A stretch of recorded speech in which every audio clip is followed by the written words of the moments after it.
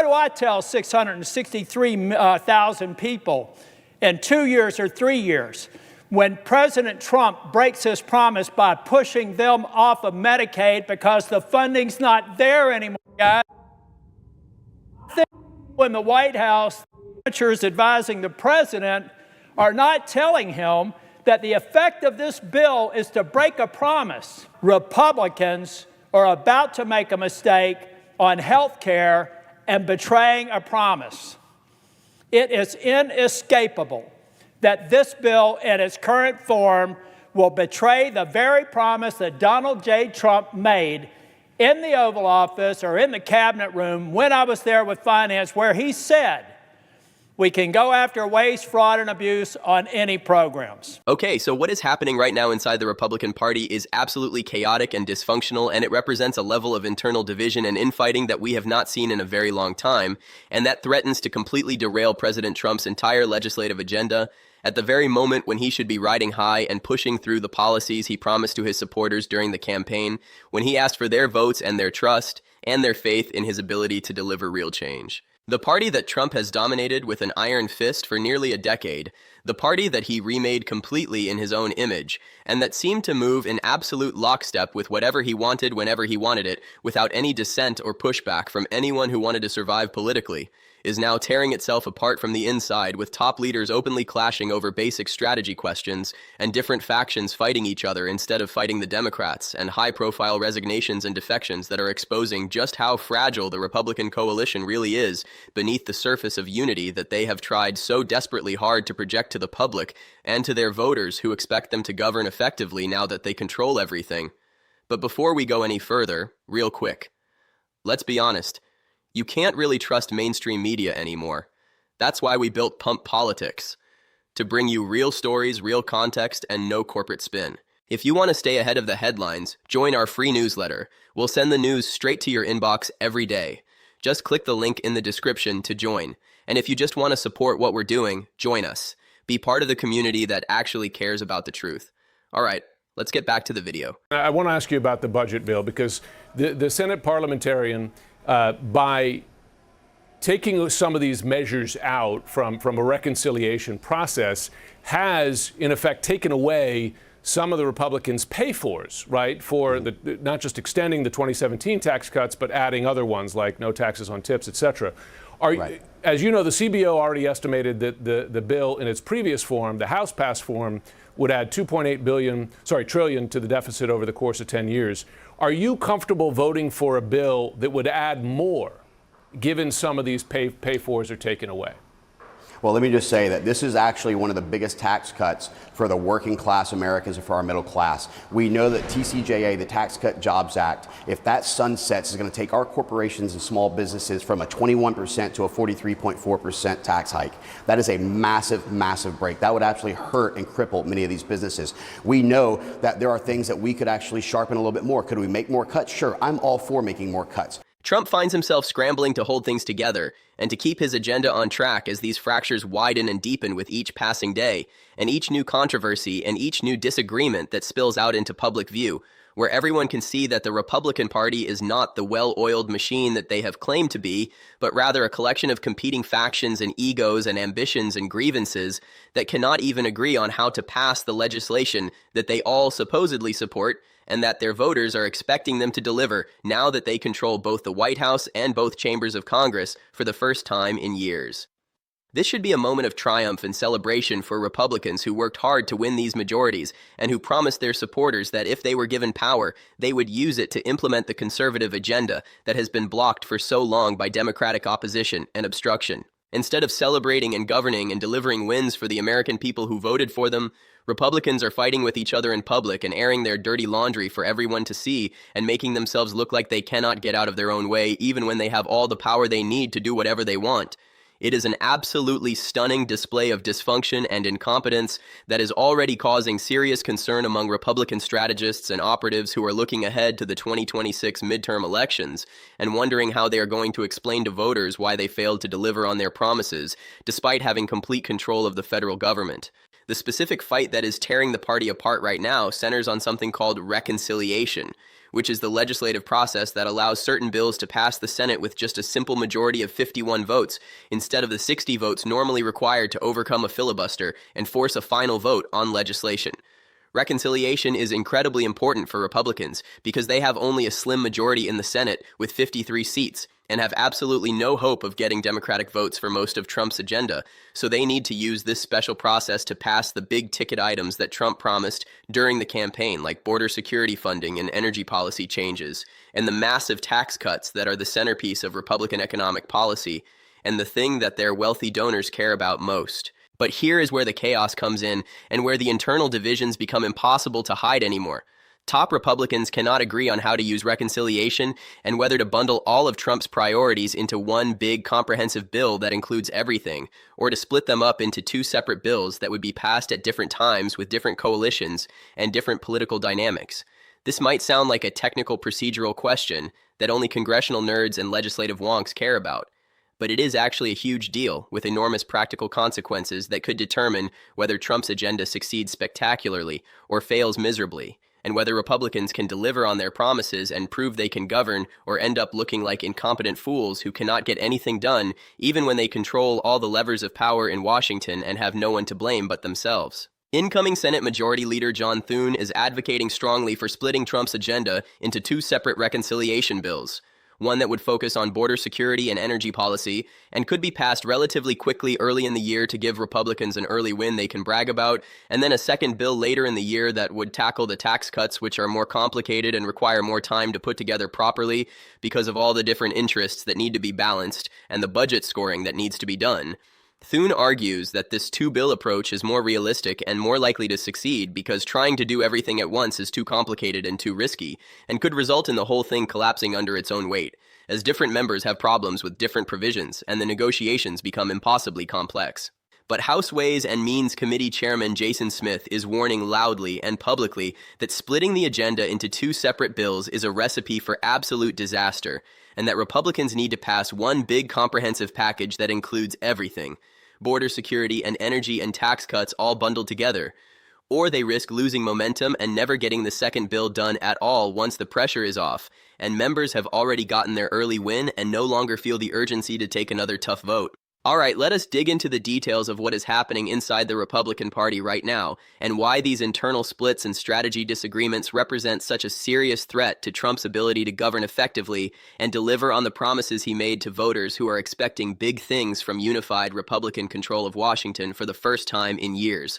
The reconciliation fight between Senate and House leaders is really just the tip of the iceberg when it comes to the divisions that are tearing the party apart and making it incredibly difficult to move forward with any kind of coherent legislative strategy that can actually produce results. To understand why reconciliation matters so much and why Republicans are so dependent on this particular legislative procedure, you need to understand how the Senate works and why it is so hard to pass anything through that chamber without bipartisan support, which Republicans simply do not have and are not going to get on any of the major items in Trump's agenda, because Democrats have no incentive to help Republicans succeed and every incentive to block everything and let Republicans fail so they can run against that failure in the midterm elections. The Senate has something called the filibuster, which is a procedural rule that effectively requires 60 votes to pass most legislation because any senator can hold up a bill indefinitely by refusing to end debate, and you need 60 votes to invoke what is called cloture and force a final vote on the bill itself. This means that even though Republicans have a majority of seats in the Senate, they cannot actually pass most legislation without getting at least some Democratic votes to reach that 60-vote threshold. And Democrats are not going to provide those votes for anything that would give Trump a political win or advance the conservative agenda. Republicans currently have 53 seats in the Senate, which is a solid majority and more than they have had in quite a while, but it is nowhere near the 60 votes they would need to overcome a Democratic filibuster on controversial legislation like border wall funding or energy deregulation or massive tax cuts for corporations and wealthy individuals. Democrats are absolutely not going to help Republicans pass Trump's agenda and give him political victories that he can run on and use to consolidate his power. So if Republicans want to pass those things, they have absolutely no choice but to use reconciliation, which is a special process that allows certain budget-related bills to pass with just 51 votes and cannot be filibustered by the minority party. But reconciliation comes with significant limitations and restrictions that make it tricky to use effectively and that create real constraints on what you can include in a reconciliation bill and how many reconciliation bills you can pass in a given year. You can only use reconciliation for bills that deal primarily with spending and revenue, basically budget matters, and you cannot include policy provisions that do not have a direct and significant budgetary impact. There is something called the Byrd Rule that allows senators to challenge and remove provisions from a reconciliation bill that are deemed to be extraneous or unrelated to the budget, and this limits what Republicans can accomplish through this process. There are also limits on how many reconciliation bills you can pass in a given fiscal year, which is why the question of whether to do one big bill or two smaller bills is so important and so contentious among Republican leaders who are trying to figure out how to use this limited and precious legislative tool most effectively to advance Trump's agenda and deliver wins for their voters. John Thune wants to do two bills because he thinks it is more realistic and more likely to succeed given all the competing priorities and the complexity of trying to do everything at once in one massive piece of legislation that could become unwieldy and unmanageable. His argument is that border security and energy policy are relatively straightforward compared to tax reform and can be put together quickly into a bill that could pass in the first few months of the year, giving Republicans an early win that they can tout to voters and show that they are getting things done and building momentum for the harder work of tax reform that would come later in a second bill. Thune also argues that trying to do everything in one massive, comprehensive bill creates too many opportunities for things to go wrong and for the whole effort to collapse under its own weight. When you have a massive bill with dozens of different provisions covering multiple policy areas, you create dozens of different potential points of failure where individual members might have problems with specific provisions and might threaten to vote no unless changes are made to address their concerns. The negotiation process becomes incredibly complicated and time-consuming as you try to balance all the different demands and all the different priorities and all the different red lines that different members and different factions have drawn.